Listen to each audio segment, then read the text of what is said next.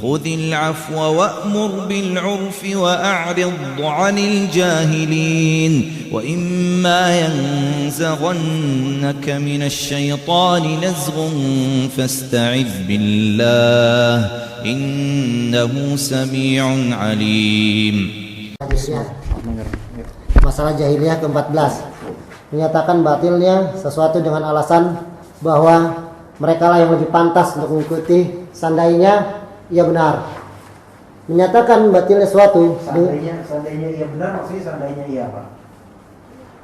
Menyatakan batilnya sesuatu dengan mengikuti seandainya benar. Ia benar. Iya, di sini kembali ke mana? Kau. Menyatakan batilnya sesuatu dengan alasan bahwa mereka lah yang lebih, yaitu yang menyatakan batilnya sesuatu siapa? Mereka ini, ya kan?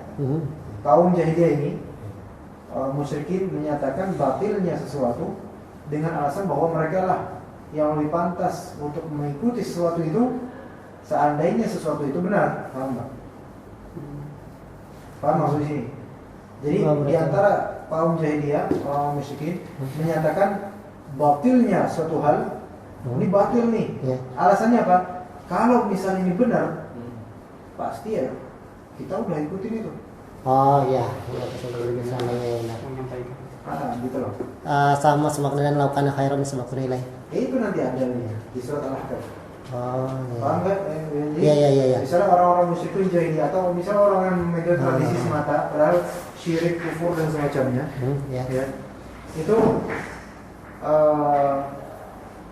misalnya ada seorang dai yang datang mau kebenaran, apa bahwasanya ini dai tersebut melakukan sesuatu yang benar misalnya. Maka orang-orang tradisional ini akan menyalahkan hal itu. Yang kamu bawa aneh, nggak tahu dari mana ini tradisi siapa nih. Terus habis itu mereka mengatakan kalau misalnya yang kamu bawa ini benar, ya kami pasti lebih pantas untuk melakukan itu. Tapi ternyata menurut mereka ya. Coba kemudian menyatakan batilnya sesuatu dengan alasan bahwa mereka lah yang lebih pantas mengikutinya seandainya ia benar. Allah Ta'ala berfirman, yang membantah mereka, faqala alladhina kafaru lilladhina amanu law kana khairan ma sabaquna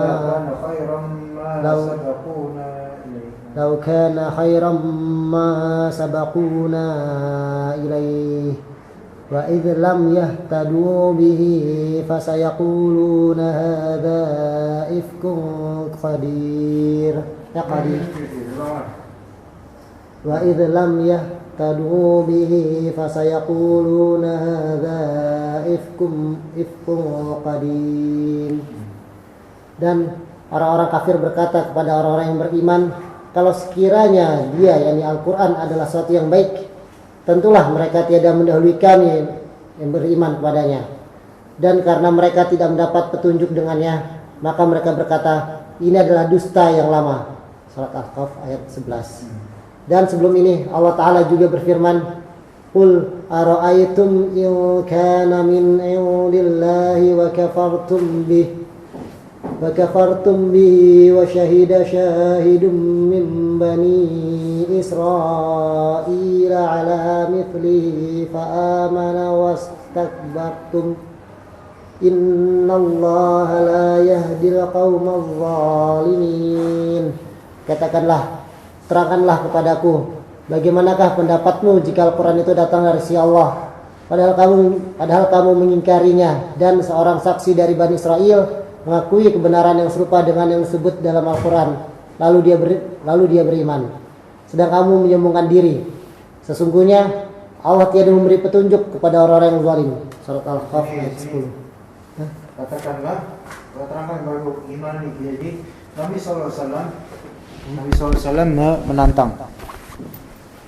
Ya, Allah Ta'ala memerintahkan Nabi-Nya untuk menantang orang Yahudi.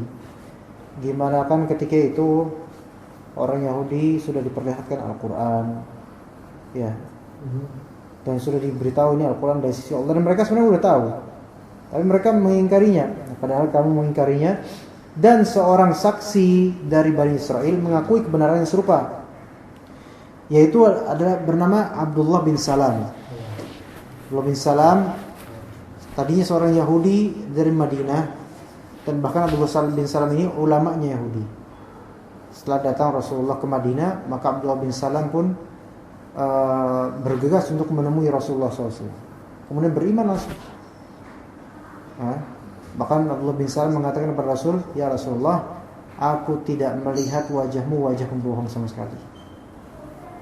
Dan Abdullah bin Salam ini mantan Yahudi. Kemudian dikatakan jadi Abdullah bin Salam ini kan membeberkan keburukan Yahudi. Maka setelah Islamnya Abdullah bin Salam, maka orang Islam mendapatkan hujjah atas Yahudi. Orang-orang Yahudi, menurut kalian tuh Al-Quran benar gak? Oh enggak benar kata mereka. Lah tapi kok ada satu orang yang diantara kalian yang menjadi ulama kalian, tetapi malah percaya sama Al-Quran, yaitu Abdullah bin Salam sebagai hujjah atas mereka. Dan Abdullah bin Salam tahu banget ciri khasnya orang Yahudi. Makanya pernah suatu ketika, "Ya Rasulullah, innahum qaumun buhut." Wahai Rasulullah, sesungguhnya mereka Yahudi itu adalah kaum yang benar-benar membangkang dan pemfitnah, benar-benar.